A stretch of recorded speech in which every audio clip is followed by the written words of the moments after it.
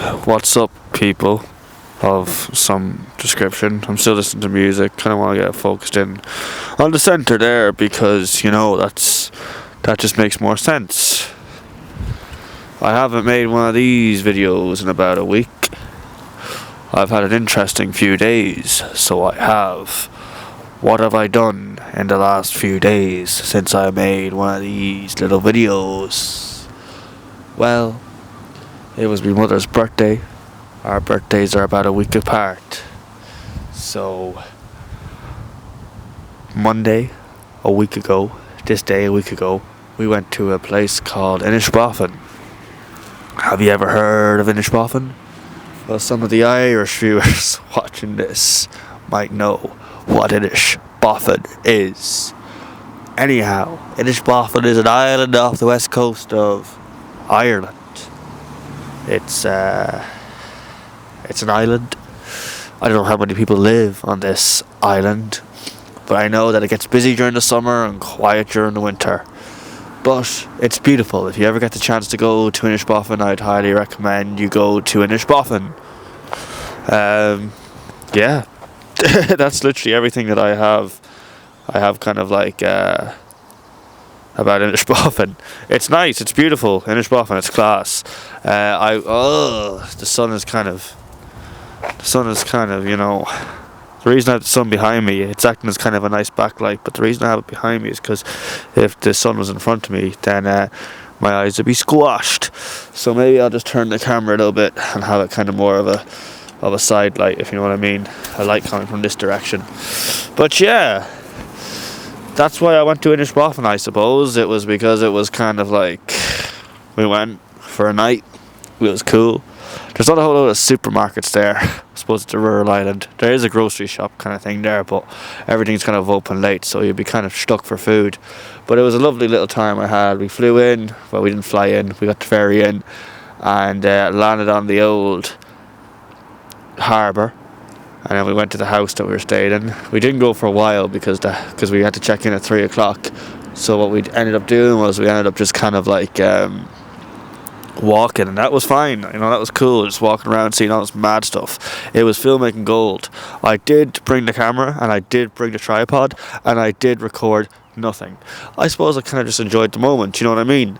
Like, it's cool having this camera and all, but sometimes you just want to enjoy the moment. Maybe another time I'll bring the camera with me. But what I did do was I did spend a good portion of that night working on a film treatment that I had to do for college. It's crazy. I'm no longer in college now. I literally submitted my last assignment on Saturday. Should have submitted it on Friday, but I did it on Saturday because I was late. Hopefully the lecturer does not dock me marks. Fingers crossed. But anyhow, this was another assignment that I submitted, and pretty much it was a film treatment. If you don't know what a film treatment is, it's kind of like a descriptive kind of something or another of the whole screenplay or the whole story. A lot of screenwriters write the treatment before they write the actual screenplay itself, because if they write a 90-page screenplay and sure the thing doesn't get made, then they've just kind of wasted their time. So a treatment is just kind of the idea condensed into 9 pages. This is like feature length. You can do treatments for short films as well, but our assignment for the year, so from starting September to May, I guess, we had the task of doing a treatment. So first of all, we had to do a synopsis. That's kind of just a 1-page, kind of just brief kind of thing of the whole idea. And then there was the first act, second act, third act. It's interesting. I don't know if anybody knows about screenwriting, but there's a whole structure kind of thing. Like, every story's got a beginning, a middle, and an end. Hence why we split movies into 3 acts. Act 1, Act 2, Act 3. And there's this kind of like model that people in Hollywood use, screenwriters in Hollywood use. They use the 8 sequence model. And pretty much what they do is they split the first act into 2 sequences. The second act, which is the biggest act, into 6 sequences. So 6, 7, 8, 4. They do that into 4 sequences, and then they do the third act into another 2 sequences. And obviously there's like stuff that's supposed to happen within these sequences. But anyway, that's pretty much the whole thing that I've been talking about. But like, I'm pretty happy with my treatment, how it kind of like, how it came about. Like, I was really happy with my idea. I don't know if I should share my idea right now. I know nobody watches these videos, but somebody might watch this video. But we'll keep it under wraps at the moment. But I might do share my treatment. But the thing is, though, I'm afraid that I have it in my idea. It's a good idea. I know it's a good idea. But if I say it, it's just going to come out as garbage. I just made a mistake there. Never, ever, ever say that your shit is garbage. Because let's say if you're doing a friend of mine, this is a friend of mine experience, but he did a presentation in the first year of college. He said that he did a terrible job. Pretty much, he said he was nervous in front of the whole class or something. Once you say that in front of an audience and the audience just lose full faith in you, so never do that. Always act confident. But that's just a bit of a. That's just something I'm letting you on. Like, this is like a 101. This is like where the cool people hang out. But my idea, what is it about? Contraception. Y'all know what contraception is? There's many forms of contraception. There's the condoms. You fucking put that in your area and you go at it. Boom, boom, boom. I'm talking about sex. You go at it. Boom, boom, boom. And no babies or no sexually transmitted diseases happen. Yup, out of it. And obviously there's also the pill is another form of contraception. There's lots of forms of contraception. But condoms and contraception pills were illegal in Ireland until about 1990 something. Very kind of like 1996 maybe or something like that. Crazy stuff. Whereas the rest of the world pretty much had legal contraception. But Ireland was kind of predominantly underneath the Catholic rule. And when we were kind of going through our Catholic phase, we were quite conservative. We were kind of like no condoms, no divorce, no gay marriage, no abortion, stuff like that. But when condoms finally did come legal, they were like the catalyst to all of that stuff, gay marriage and the whole shebang, which would have happened in 2015, I believe. And divorce was legalized in, I'd say, I don't know when divorce was legalized, but maybe the late 90s, 2000 maybe, I don't know. But even that idea, divorce being illegal, was kind of a bit of a mad one. But we're talking about contraception.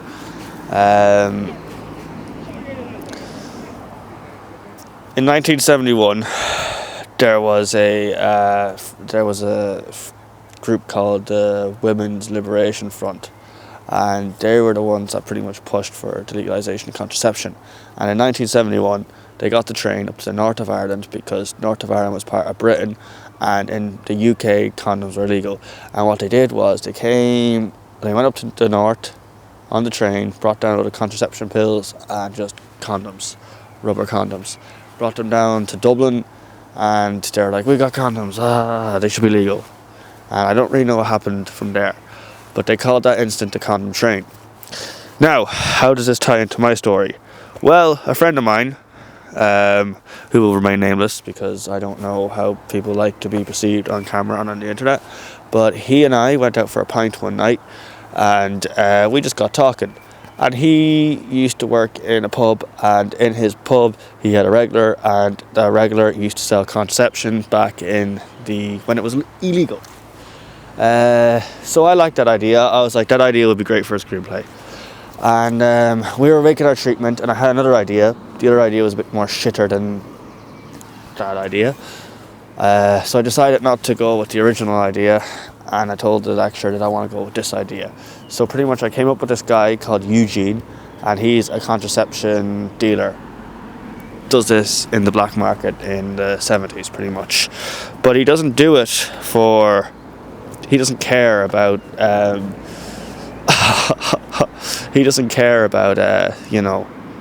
the positive political, progressive, social change that it may have on the country. He's just doing it for attention. He's like, okay, I'm selling condoms. People think I'm cool for selling condoms. And he's a Trinity student, and he's kind of friendly with this one girl called Kate E. Brown, another Trinity student who just so happens to be the leader of the National Women's Front. Hence, she's not actually the real leader of the National Women's Front. A lot of this is made up. I used the condom train in the screen or in the treatment, but I don't talk about it. I don't use fidelity when I use it. I just make up my own scenario, kind of like Inglourious Basterds. Spoiler alert. At the end, when Hitler was killed, he wasn't killed like that in real life. He actually killed himself in a bunker. So kind of like that. I'm doing a bit of a Quentin Tarantino, but I'm not going to show any feet. I'm going to show lots of condoms in the treatment, but no feet. Anyhow, Eugene gets it. Okay, we'll go from beat to beat. I know this has been recording now for 10 minutes. If you're still with me, God bless you. But pretty much what happens is, from the very beginning, we open up.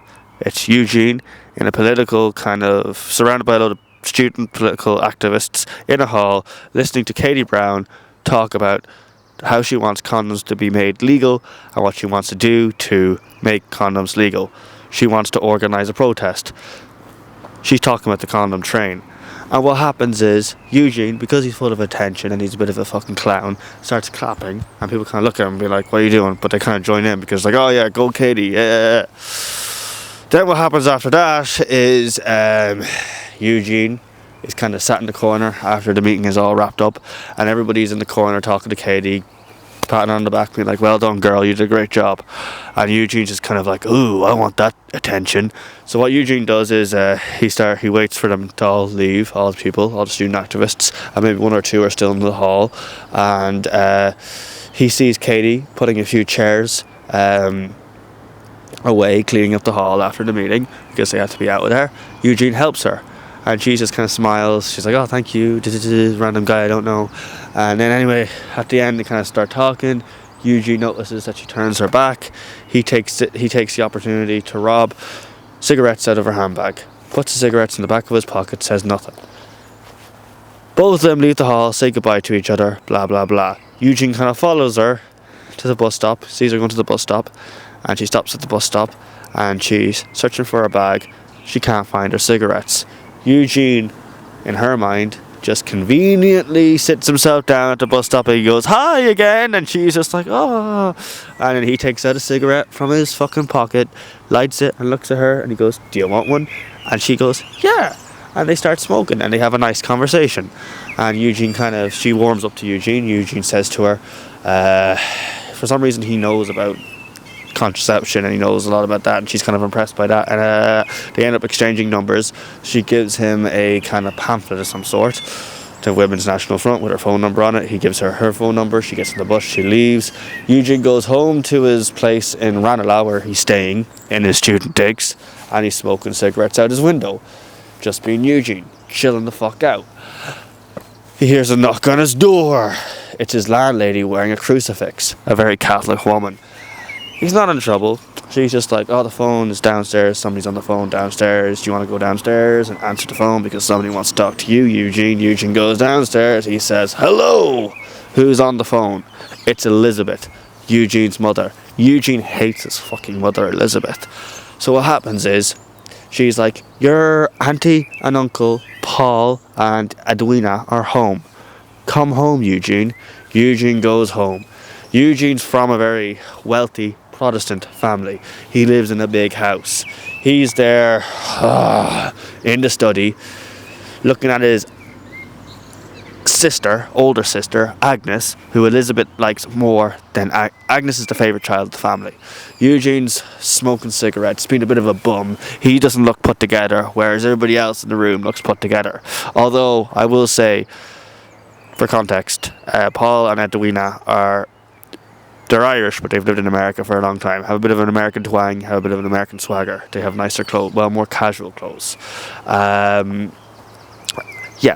And anyway, Elizabeth announces to everybody that she's dying. She has not long to live. Eugene, being a bit of an asshole, just walks out. He just rejects his dying mother, says, well, you could do that on your fucking own. Sits in the front of his house, just kind of chilling. Edwina, inside the room, kind of nods at Paul, being like, see what's wrong with him. Paul goes outside. He goes, you all right there? Are you all right there, Eugene? In his American accent. And Eugene's like, ugh. Anyway, they're looking at a car that's parked in the driveway. It's a white Mercedes. They both get in. Paul lets him drive. He drives kind of a bit shit because he's not a great driver. He's only still quite young. And they end up going to a petrol station on the edge of the closest town. Whatever. They have a bit of a conversation. And then what happens is Paul decides to go in and pay for the petrol. While he's paying for the petrol, he asks the shop clerk, have you any condoms? She looks at him horrified, also a bit of a Catholic. Nah! Paul goes back into the car a bit confused, and he says to Eugene, what the frickety frick was that all about? I tried to buy a thing of contraception and the fucking thing she wouldn't give it to me. Eugene tells Paul that contraception is illegal in Ireland. A few moments go by, Eugene's kind of wrapping around his fucking pockets, finds a thing of condoms, and he's like, do you want to buy these? Paul thinks he's joking, and he's like, what? What? And he's like, ah, fuck off. And then Eugene makes a bit of a sliding comment, being like, ha ha ha ha ha ha, ha ha ha ha, ha ha ha ha, you don't have kids. And Paul kind of looks at him a bit coldly. The things change, things get a bit more serious. Eugene takes it upon himself to go back inside the petrol station. While he's in the petrol station, he asks the clerk, can I go in the back there, use the toilet? And she's just like, yeah, alright, yeah. Eugene's in the toilet, kind of chilling, doesn't know what to be at. He's looking at that leaflet that Katie gave him a while ago. And he's like, oh, what the fuck is this? He hears Paul going back into the petrol station, talking to the clerk. And then Eugene's like, fuck, I don't want to go back in the car with him. So what he does is, he climbs out the window of the toilet, fucks off. And he runs. Paul and the clerk open up the bathroom door. All they see is the window open. We cut. Eugene's in the town, kind of waiting at the bus stop, kind of cluelessly. The bus arrives. He gets on the bus, tells the bus driver to take him to the last stop. The bus drives until it gets to the border between the Republic of Ireland and the South of Ireland. 2 British soldiers come on to the bus, and they're like intimidating. They get to Eugene, and they're like, what the fuck are you doing? What business have you got in the north of Ireland? They're sketch because they think everybody that's coming in to the north of Ireland is a terrorist. And anyway, what happens is, Eugene's like, ugh, takes the condom out of his pocket. He goes, I'm going to buy condoms. What's going to happen? Is he going to be turned back? Or is he going to be allowed to go to the north?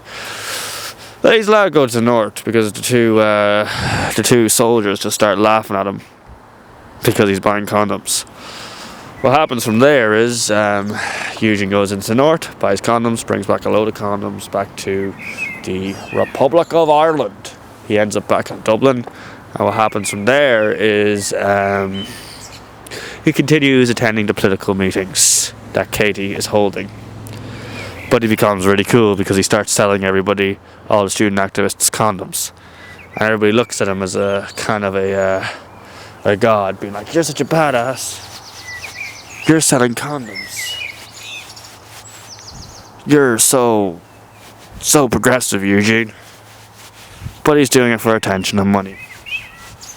In the meantime, Kate is really, pushing for the legalization of condoms. But at the same time, her and Eugene are becoming a little bit more closer together. And they begin kind of, being friends and that. Bit more shenanigans happens. And what happens is Eugene's landlady starts to see a bit of starts to get suspicious about the kind of outside of her place, because people keep on coming in and out. Eugene keeps on meeting guys outside, selling them condoms. She doesn't know what he's doing, but she thinks it's suspicious. So when Eugene's out with Katie one night, she opens up his room, finds a stash of condoms, evicts him because she's Catholic as fuck. What happens from there? Eugene is like, is he going to be homeless? No, he's not, because Katie is his best friend, and Katie just lets him stay inside of her house. It's kind of a will they, won't they situation. But the thing that happens from there is Eugene can't sell condoms anymore, so the attention is gone, and the attention is being put on to Katie, because Katie is the best political activist in the game. She wants condoms being made legal, so people like Eugene don't get locked away. But Eugene, being Eugene, is like, fuck, this can't be, I want to be the man with all the attention.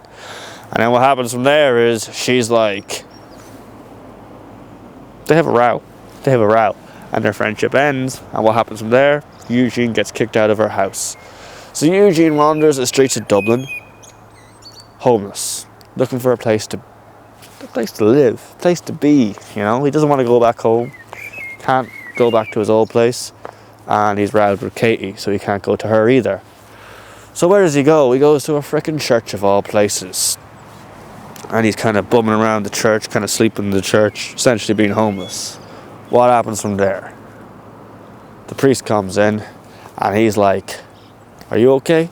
And then Eugene kind of, I'm homeless. And he's like, oh dear God, you need prayer.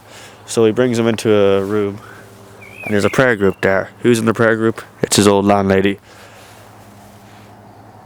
And a lot of attention has been put onto Eugene because he's homeless essentially, and people are like, ah, you poor thing, you poor thing, you poor thing, until the end of the meeting and somebody turns on the TV.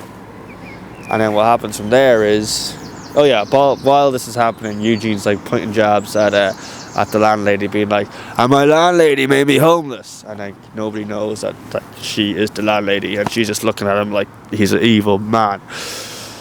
And anyway, after the meeting, the news turns on, and then like it kind of reports, it shows that Katie Brown and her group kind of like advocating for the legalization of contraception, and everybody's like, go Katie on the TV, but all these Catholic motherfuckers are like, oh my God, this is a sin, this woman should be locked away with Satan because she thinks that contraception should be legal in Ireland. The attention has gone away from Eugene, and Eugene's like, fuck. Here's what I'll do. He stands up, and he gets a few condoms out of his pocket, and he starts blowing them up into balloons, and people are looking at him like, this homeless guy's got condoms. And then what happens is, they don't look at him very fondly. They want him to get the fuck out, but before he gets the fuck out, he exposes Katie, because he knows about the condom train. He goes, on such and such date, these women are going to be at Conley Station bringing a lot of contraception down to the Republic of Ireland. Attacking Catholic whatever. Eugene wanders Dublin again, kind of homeless, gets drunk, finally decides to swallow his pride and calls Paul. Paul goes to Dublin, and what happens from there is Paul brings him back to the big house, and while he's at the big house, Elizabeth dies. But the whole entire time, Eugene's just been kind of a bit of a drunk twat, and Elizabeth's dead. So what happens from there is Elizabeth has a funeral. Eugene attends the funeral, along with Agnes, Edwina, and Paul. Days later, Eugene and the whole family invite the family solicitor over for a bit of a will testimony. And then what happens from there is Eugene finds out that Elizabeth was never his mother. Elizabeth was his auntie. Who the hell were Elizabeth's parents? It was Paul and Edwina. Fucking shocker. What happens from there? Eugene kind of like, for the first time in his entire life, he's like, okay, that's why I'm the way I am. That's why I'm a selfish motherfucker. He knows why he's a cunt, pretty much. So what he decides to do for the first time ever is he decides to do something that's not selfish, but selfless, while he's watching TV. On the TV we see the Catholic prayer group blocking the women from coming out at the Conley Station to bring their condoms out to the streets in masses. So Eugene calls up the guard is the corner, and he makes up a bomb scare. The police have to evacuate Conley Station, and from there, the women can leave Conley Station with all their contraception intact. And that's the end of the story. Now, I do want to redraft it. I want to redraft parts, particularly that third act. There is going to be a bit more signs and tokens, and a bit more kind of like, what I mean by signs and tokens is signs and tokens, so as in like a few kind of like giveaways without actually telling the audience, but showing the audience that Eugene and Paul are, that he's the real parent. I'm gonna do this by like just him being like, whenever Eugene's bitching about Elizabeth, he's like, Elizabeth rears you well though, and then Eugene makes a few jabs being like, you don't have any fucking kids, and then Paul's like, ugh. So there's gonna be a few that it's gonna like, the adoption has to like make sense. It can't just come out of nowhere being like, he was adopted all along, because that just sometimes that's just like the writer kind of like trying to making up a story and then adding in the get out of jail card. But that's the story so far. I'm gonna redraft it to make it as tight as fuck. I'm gonna see what the lecturer says about the story. We were assigned peer groups, like kind of like script people, so other people in the class would read it, give us feedback. Might send it to my feedback guy, because he hasn't read the full script. He's only read like the Act 1 and Act 2, and I redrafted Act 1 and Act 2. But Act 3 I know needs to be redrafted, and maybe the whole thing needs to be redrafted as well. But I will do that maybe soon, tomorrow, something, I don't know. I just want to get like a full-fleshed treatment that's proper, like good. And I do want to like, because there's obviously going to be a lot of variables in making this film. Like I could make it myself, but I'm not going to have access to Trinity College. And I want to make Dublin or the set design look like it's from the 1970s. So that's costumes, cars, loads of shit. I already have 1 or 2 locations that I could possibly record like Eugene's home house at. So back home in Meath, there's a load of big houses, like kind of big posh houses.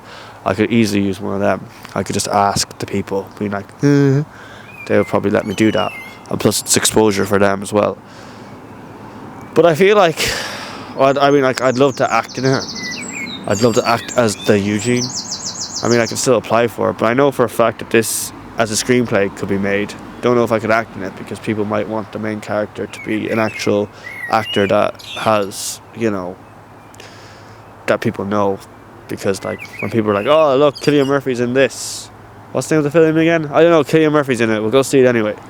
Star power. Obviously I don't think Cillian Murphy would be the right person to play Eugene. Maybe if he was younger he would, but because Cillian Murphy's like in his 50s, I don't think he is. Eugene has to be like 25 minimum, or at least look 25 at the very oldest. He should probably look like 22, 23, because he's still in college. But yeah, I didn't expect this to be the video. Didn't expect to say my fucking treatment idea. But I think next week or next time I make one of these videos, I'm going to tell you about what I learned doing videography, or what I learn. So like pretty much I do the odd job here and there when it comes to camera.